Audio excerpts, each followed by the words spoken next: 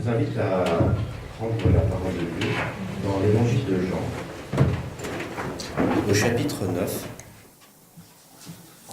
et je vais vous lire les versets 1 à 12. Il s'agit de la guérison d'un aveugle-né. Jésus vit en passant un homme aveugle de naissance. Ses disciples lui demandèrent : « Rabbi, qui a péché, lui ou ses parents, pour qu'il soit né aveugle ?» Jésus répondit : « Ce n'est pas que lui ou ses parents aient péché, mais c'est afin que les œuvres de Dieu soient manifestées en lui. Il nous faut travailler tant qu'il fait jour aux œuvres de celui qui m'a envoyé. La nuit vient où personne ne peut travailler. Pendant que je suis dans le monde, je suis la lumière du monde. » Après avoir dit cela, il cracha par terre et fit de la boue avec sa salive. Puis il appliqua cette boue sur les yeux de l'aveugle et lui dit : « Va te laver au réservoir de Siloé », ce qui se traduit par envoyé. Il y alla, se lava, et quand il revint, il voyait. Ses voisins et ceux qui auparavant avaient vu qu'il était un mendiant disaient : « N'est-ce pas là celui qui se tenait assis et qui mendiait ? » Les uns disaient : « C'est lui », d'autres disaient : « Non, mais il lui ressemble. » Et lui-même disait : « C'est bien moi. » Ils lui dirent donc : « Comment tes yeux ont-ils été ouverts ? » Il lui répondit : « L'homme appelé Jésus a fait de la boue, me l'a appliqué sur les yeux et m'a dit : Va te laver à Siloé. J'y suis allé, je me suis lavé et j'ai retrouvé la vue. » Ils lui dirent : « Où est cet homme ? » Il répondit : « Je ne sais pas. » Que Dieu bénisse sa parole.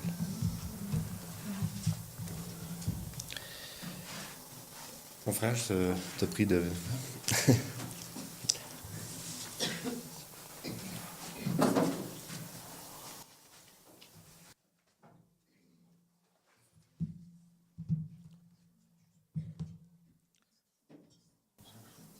Bonjour de nouveau tout le monde. C'est une joie d'être de nouveau parmi vous. Donc, comme j'ai évoqué tout à l'heure, je dois incessamment aller en Afrique, plus exactement au Cameroun, puisque il me presse par des coups de téléphone. Le problème, c'est que ils n'ont pas d'Internet, etc. Donc, c'est pas des téléphones. Et très souvent, le téléphone n'est pas tout à fait au point. On entend très mal. Donc, il y a quelques jours, j'ai reçu un coup de téléphone de la part d'un pasteur retraité que j'ai eu l'occasion de connaître lorsque j'étais au Cameroun il y a des années de cela. Il s'appelle Boma Emmanuel et dit : je suis en retraite, je suis en brousse, j'ai appris que vous devez venir, s'il vous plaît, venez, nous avons hâte d'entendre des vérités que vous semblez porter, puisque ici et là, il y a des groupes actuellement et qui sont prêts à entendre ces vérités. Donc voilà, dans le mois qui viennent, je ne sais pas quand encore, puisque mon passeport est périmé, il est renouvelé. Et il faut que mon passeport soit là pour que je fixe la date pour aller du côté donc de l'Afrique, puisqu'il faut aussi que de ce côté-là, il y ait une pleine proclamation de la vérité pour que eux aussi, ils puissent adorer le vrai Dieu. Mais il semble que au Cameroun, il y ait des groupes qui sont prêts actuellement à accepté cette vérité-là, mais ils ont besoin d'être renforcés d'une manière ou d'une autre. Et ce n'est que le début, puisque Cameroun, ils vont certainement aller Centrafrique, Congo, etc., jusqu'au Rwanda, Burundi. Tout ça, ce sont des champs ouverts pour proclamer rapidement, très rapidement, cette vérité fondamentale afin que Jésus puisse revenir bientôt, puisque beaucoup d'événements sont devant nous et qui annoncent que les choses ne vont pas tarder et que les choses vont très très vite. Eh bien, comme j'ai eu l'occasion de dire ce matin, j'ai hésité à vous parler de Néhémie aujourd'hui. C'est un personnage que j'aime beaucoup dans la Bible.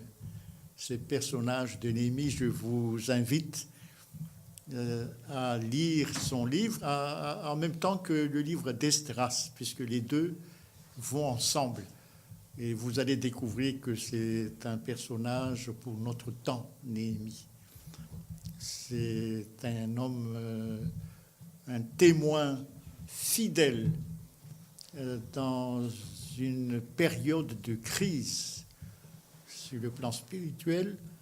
Et Néhémie, c'est celui qui accomplit cette mission difficile que l'on peut rencontrer dans Ésaïe chapitre 58, verset 12, qui peut résumer ce qu'il a fait avec Esdras: rebâtir sur d'anciennes ruines, relever des fondements antiques, réparer des brèches, restaurer des chemins, rendre le pays habitable.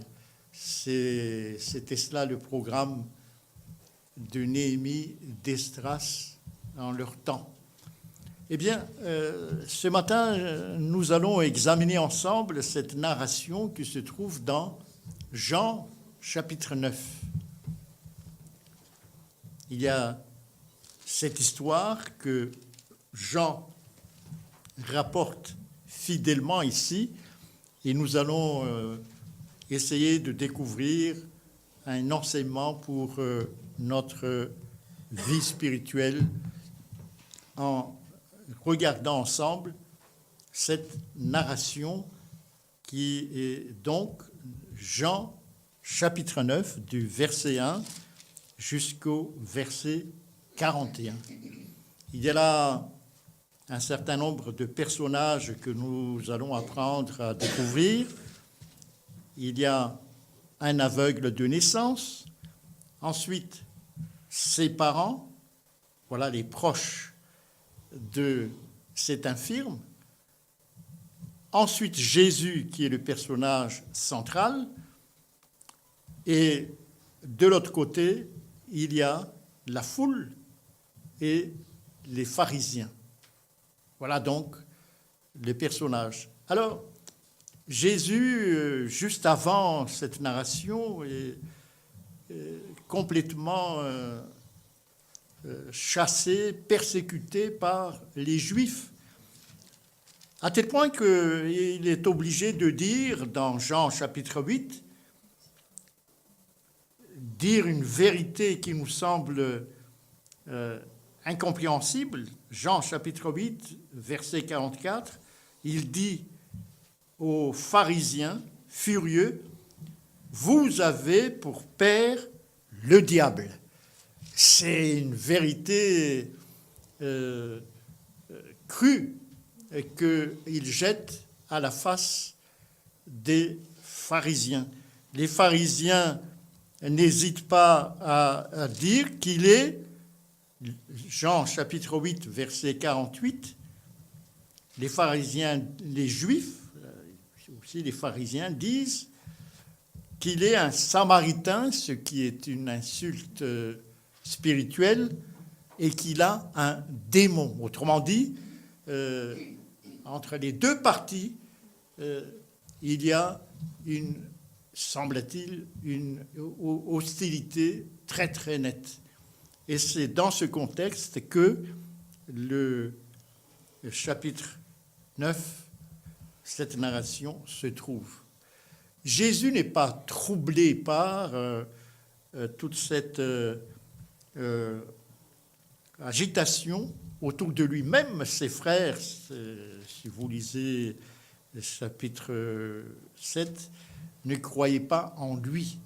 Autrement dit, il est, semble-t-il, vraiment dans une situation délicate. Et le verset 1 du chapitre 9. Jésus vit en passant un homme aveugle de naissance. Il le voit, mais il va avoir compassion de lui. Il va voir accomplir à travers cet infirme une œuvre, un appel au salut.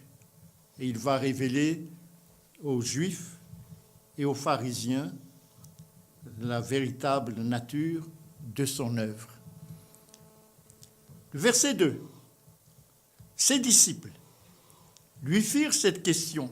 Rabbi, qui a péché, cet homme ou ses parents, pour qu'il soit né aveugle? Question très importante, puisque pour les Juifs, nous avons appris le livre de Job il y a quelque temps. Si vous lisez Job, Job lui-même dit, sous forme de question, que Dieu sanctionne le péché. Alors, la question qui se pose est la suivante. Nous sommes en face d'un aveugle né.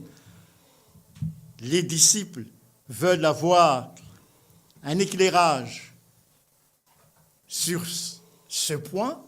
Est-ce que cet aveugle a péché et il a reçu de la part de Dieu une sanction?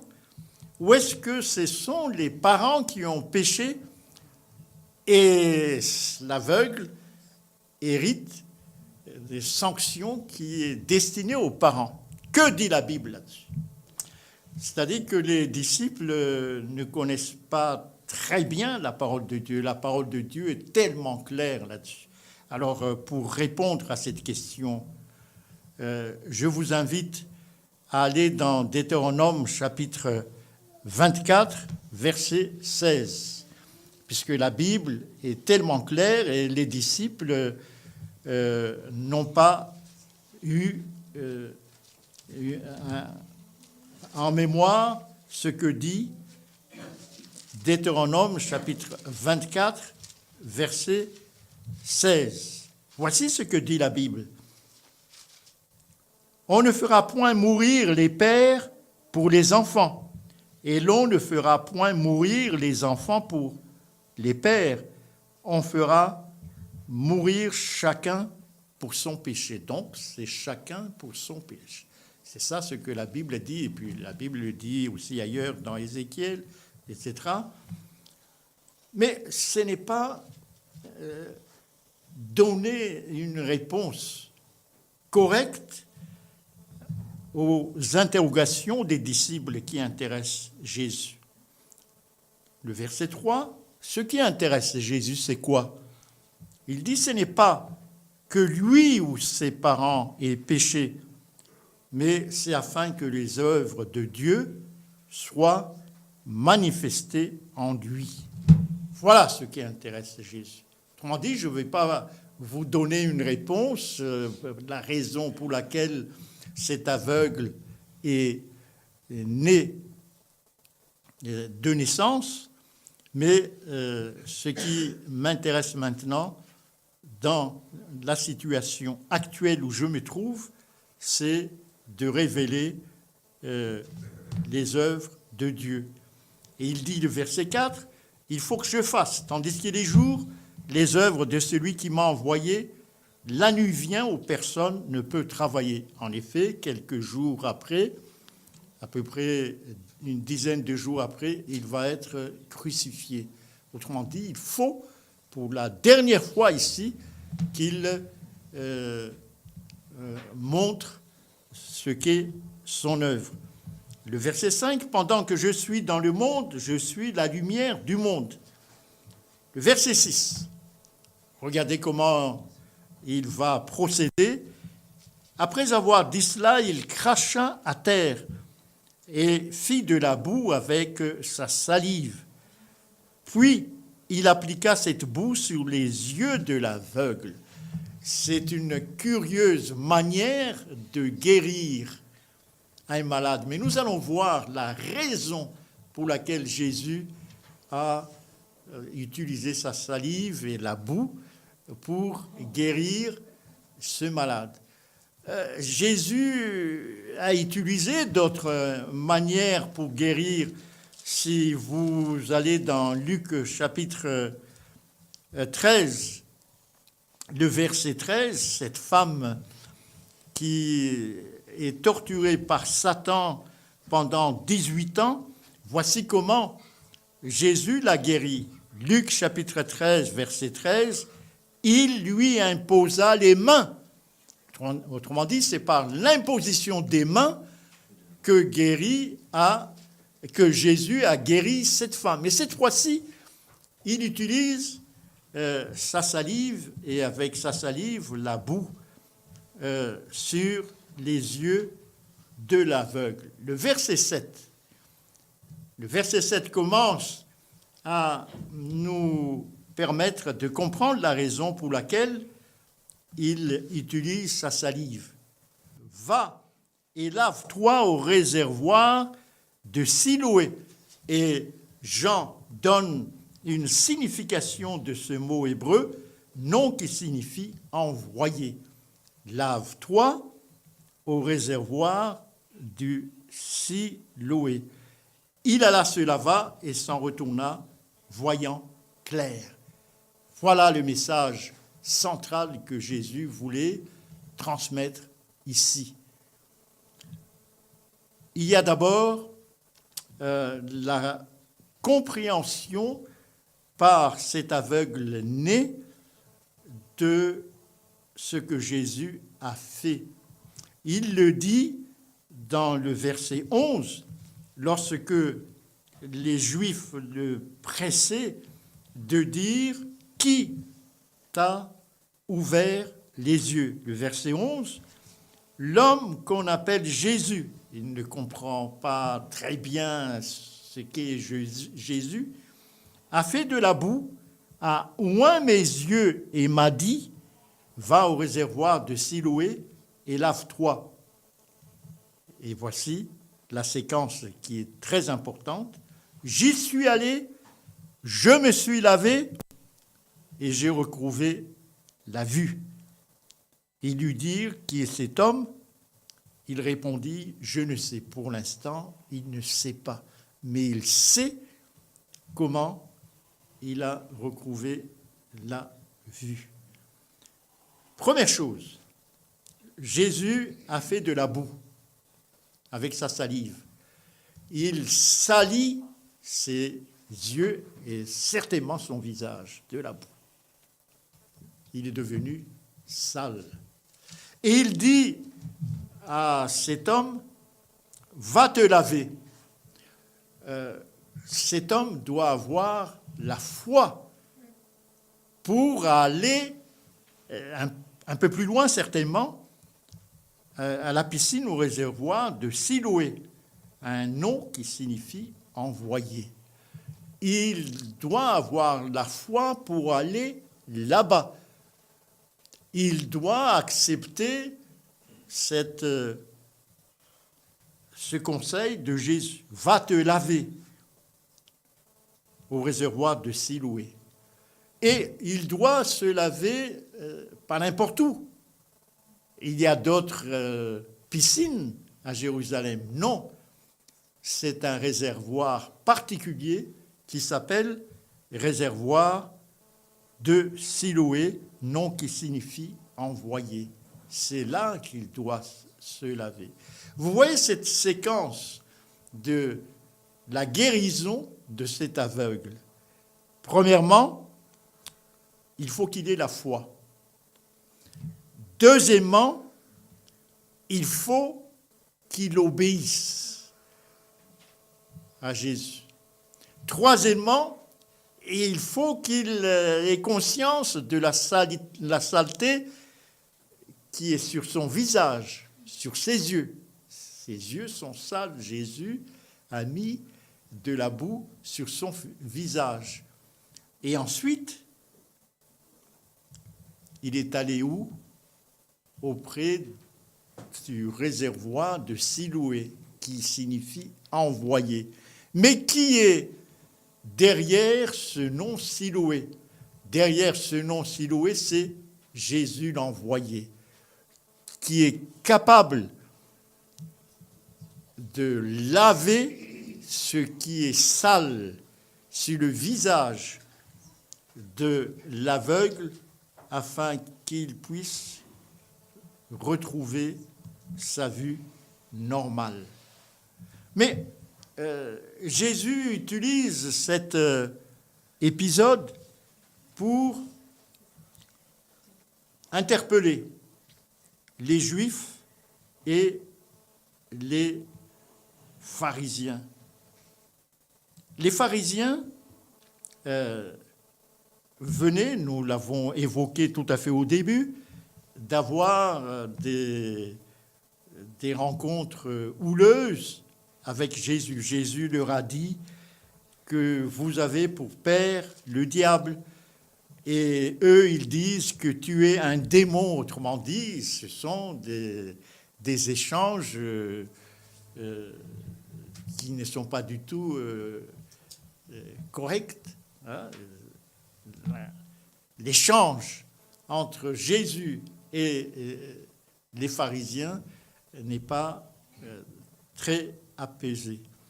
Et les pharisiens ne veulent absolument pas que le peuple sache que c'est Jésus qui a ouvert les yeux de cet aveugle. Parce que les pharisiens veulent garder le peuple sous leur autorité spirituelle. Il y a là un ego, un orgueil personnel des pharisiens d'être reconnus par le peuple. Ils sont, lors des invitations aux premières tables, ils sont dans la rue avec des habits qui les distinguent des uns et des autres. Autrement dit, il y a un orgueil très très marqué des pharisiens. Ils ne veulent absolument pas que le peuple reconnaisse Jésus, puisque Jésus est considéré par les pharisiens comme quelqu'un qui perturbe cet ordre établi dans la société juive. N'oublions pas que les pharisiens sont des hommes versés dans la parole de Dieu. Comment ça se fait-il qu'ils sont si aveugles? C'est marqué dans Jean chapitre 9. Ils sont aveugles. C'est Jésus qui le dit. Le verset 39 et 40.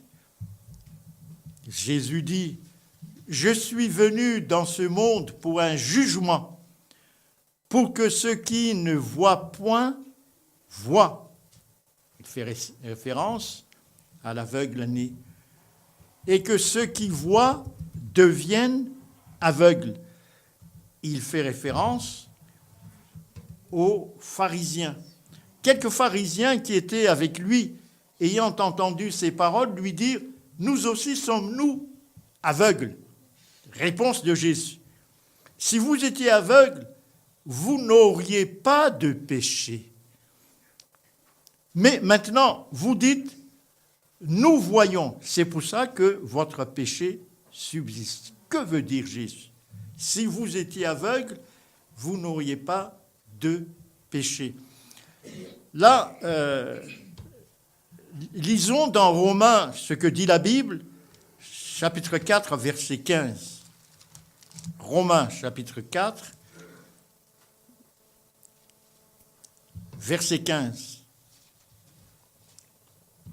Paul dit, Romains, chapitre 4, verset 15, « Là où il n'y a point de loi, il n'y a point non plus de transgression, donc il n'y a pas de jugement s'il n'y a pas de loi. » Autrement dit, on ne va pas vous juger s'il n'y a pas de loi. Voilà ce que, premièrement, la Bible dit. Deuxièmement, que dit la Bible? Dans Jean, chapitre 15, verset 22. Jean, chapitre 15, verset 22. C'est Jésus qui parle. « Si je n'étais pas venu et que je ne leur eusse point parlé, ils n'auraient pas de péché. Mais maintenant, ils n'ont aucune excuse de leur péché. » Autrement dit, si Jésus n'était pas là, il n'y a pas de jugement. Mais puisque Jésus est venu leur éclairer les esprits, ils n'ont pas d'excuses. Ensuite, dans Actes chapitre 17, verset 30. Actes 17, verset 30. Actes 17, verset 30.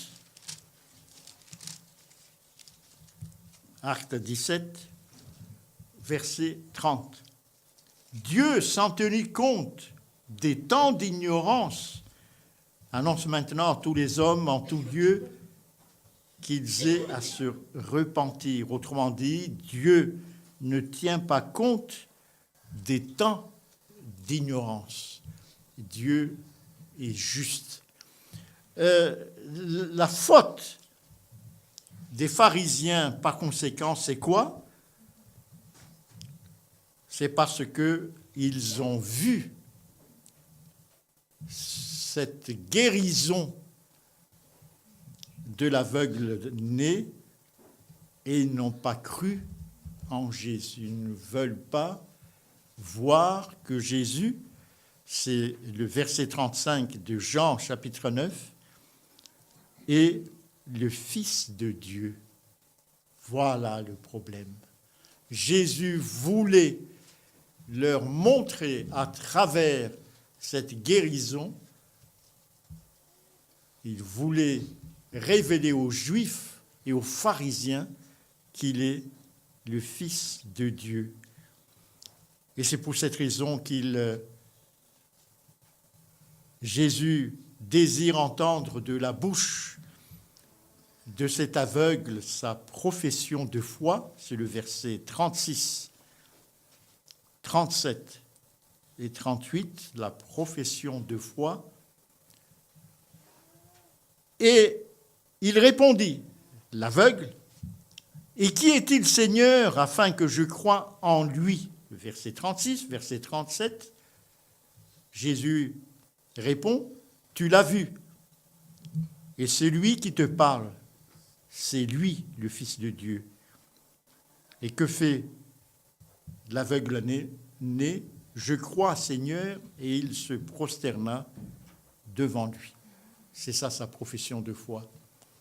Il y a cet enseignement que Jésus voulait transmettre à la foule.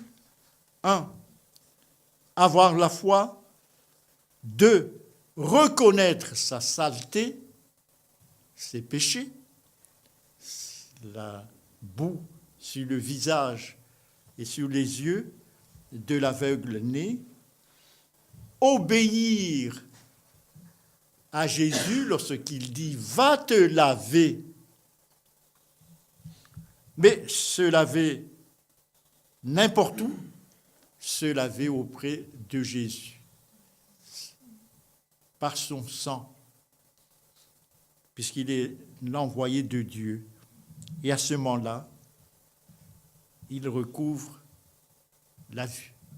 C'est aussi ce message que Jésus a voulu transmettre aux Juifs, aux pharisiens et pour nous aujourd'hui, c'est ce message que Jésus veut nous transmettre. Amen. Amen.